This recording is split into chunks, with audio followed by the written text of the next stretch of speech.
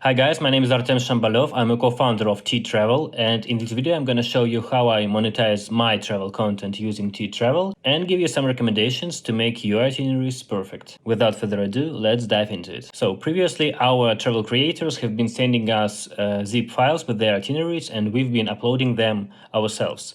Now it's possible for them to do all this job by themselves using our mobile application. We've added a beta version of the itinerary construction into our mobile application. It's now available by clicking the plus button at the bottom of the home screen. So let's click the plus button. We see a small onboarding process, and now we find ourselves at the title page of our first itinerary. You can fill this title page later, but do not forget to do that because actually title page is like a book cover, and if you want your book to be picked up from the bookshelf, you better make it attractive. So let's make a nice cover for our itinerary. For this tutorial, I've chosen my Canary Islands itinerary. We will recreate the title page of this itinerary, the notes section, and one day of the itinerary. Here we can add the horizontal and vertical covers of the itinerary. Horizontal will be seen at the home screen, featuring all the itineraries of our platform, and vertical cover will be displayed on the title page. Next, let's write the title of our itinerary, Canary Islands. Then specify the continent. Canary Islands is Spain, so it's Europe. Difficulty, I consider this itinerary pretty difficult, so let's go with hard. Then we specify the year of the trip. In the transport section, we can choose several options. In our case, it was mostly car trip, but we also moved between the islands using planes and using the ferry once. General description is pretty up to you. You can use your fantasy to make it as attractive and interesting to consumers as possible. We in tTravel recommend writing down the information about the total budget of the trip in this section, accommodation costs, food costs, car rental costs, everything related to the trip itself, excluding cost of the flight to destination, because it's unlikely that a person who will buy your itinerary will fly to Canary Islands from the same destination as you.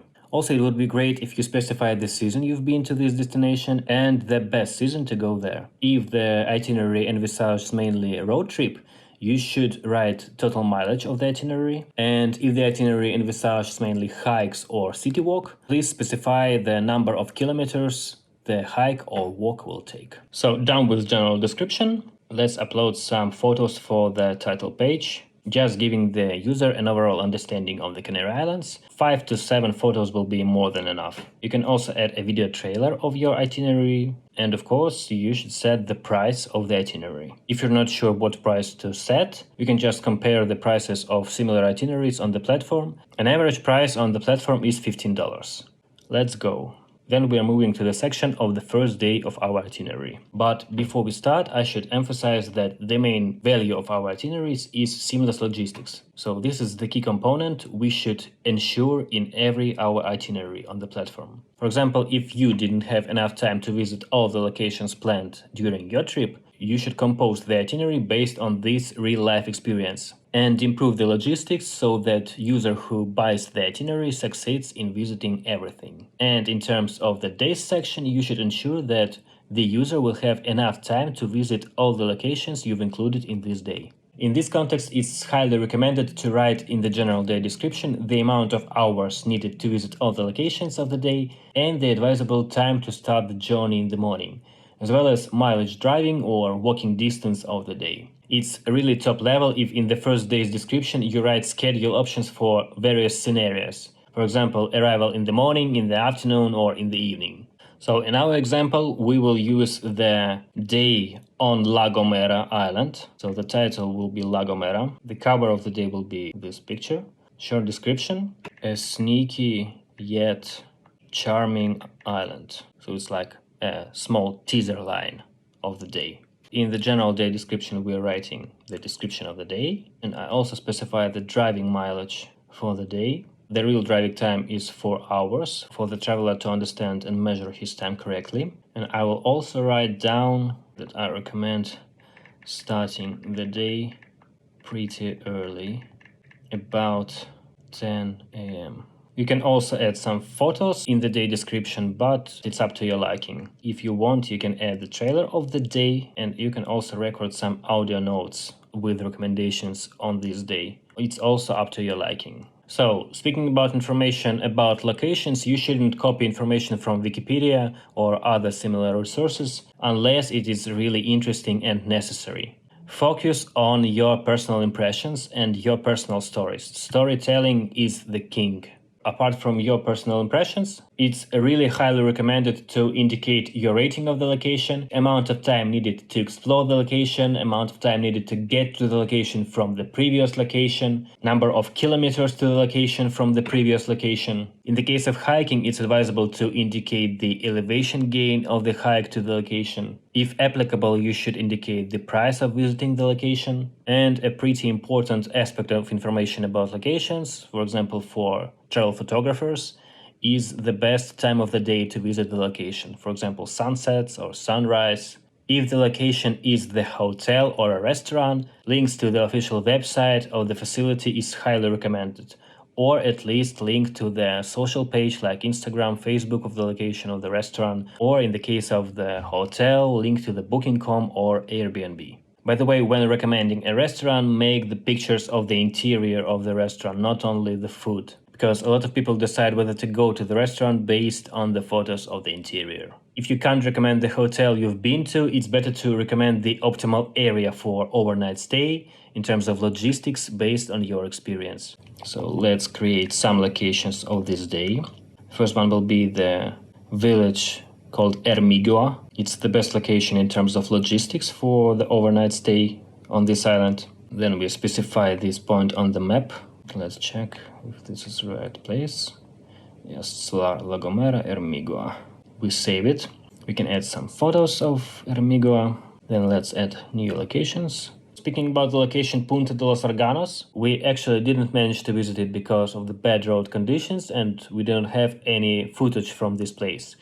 So I've included the link to the photos of this place in the description. Actually, in tTravel, we highly recommend using only photos made by you, but we understand that sometimes you just didn't have time to make a photo, or as in our case, you didn't visit the location or didn't have time to visit it or found about it after returning home from your trip. But the location is awesome and you really recommend visiting it to other people who will buy your itinerary. We understand all this. That's why we've made a compromise decision to allow not more than 10% of locations without your photos. But in this case, you should post a link to the source where a user can see the photos of this location. The exception to this rule are locations related to logistics, such as airports, bus stations, car rentals, gas stations, shops, grocery stores, etc. And also restaurants or hotels may not include your photos, but again, you should specify the link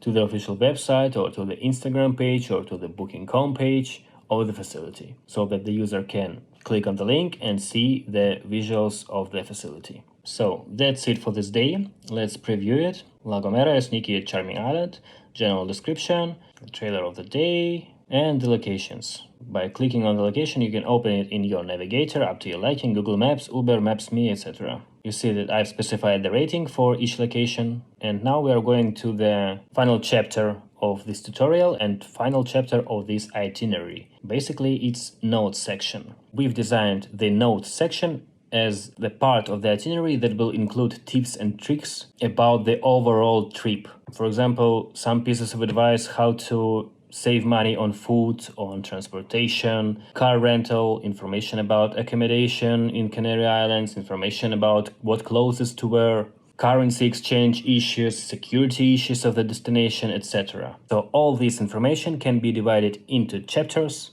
in the notes section. Previously, I had to write all this introductory information about the trip in the description of the first day. I think that it's not very convenient in terms of navigation in the itinerary. That's why we've created this notes section with general pieces of advice concerning the whole trip. So let's create our notes. Actually, it's the same. You can choose covers of the note, the title, and the description of the note. I'm adding all the stuff in the fast forward mode, otherwise this tutorial would be an hour long. So we've created our last note. Of course, we can delete a note if we want. The same goes with the day. We can delete the day. We can see the general map, all these locations, and here we can see the day, and else section is where all the notes are stored. Here you can also delete them if you want. So we can preview the whole itinerary. Click preview on the title page, and we see that we've created the beautiful title page. Canary Islands, 1 day, 6 locations, difficulty hard, 2020 the date of the trip, transport, car, plane and ferry. You can see the trailer, you can see the photos, you can swipe the photos, you see the description of the title page, the general description of the itinerary, the map with all the locations we've created. We can return to the title editor, or we can preview the first day. This button leads to the general map, where you can copy coordinates of the location, and this button leads you to the notes section, and you can easily find the note you're interested in, for example, renting a car, and this is the information about renting a car on the Canary Islands. Basically, that's it. Finally, the last step is to publish our itinerary for sale. So we click publish, we agree with the privacy policy and user agreement, and click publish. When the publishing process is finished, the itinerary will be submitted for moderation by our team, and if everything is okay, if our team approves your itinerary, it will be available for sale on the home screen. If not, our team will get in touch with you, and we will give some recommendations how to improve your content or how to change something, and to submit the itinerary once again. So our itinerary is being submitted for review. This process may take a while, so please do not close the app and do not leave this page until the upload is complete. So basically that's it. Please keep in mind that this is the beta version of Constructor. It has a lot of space for improvement, and we are really looking forward to receiving your feedback on it. Until the next time, see ya!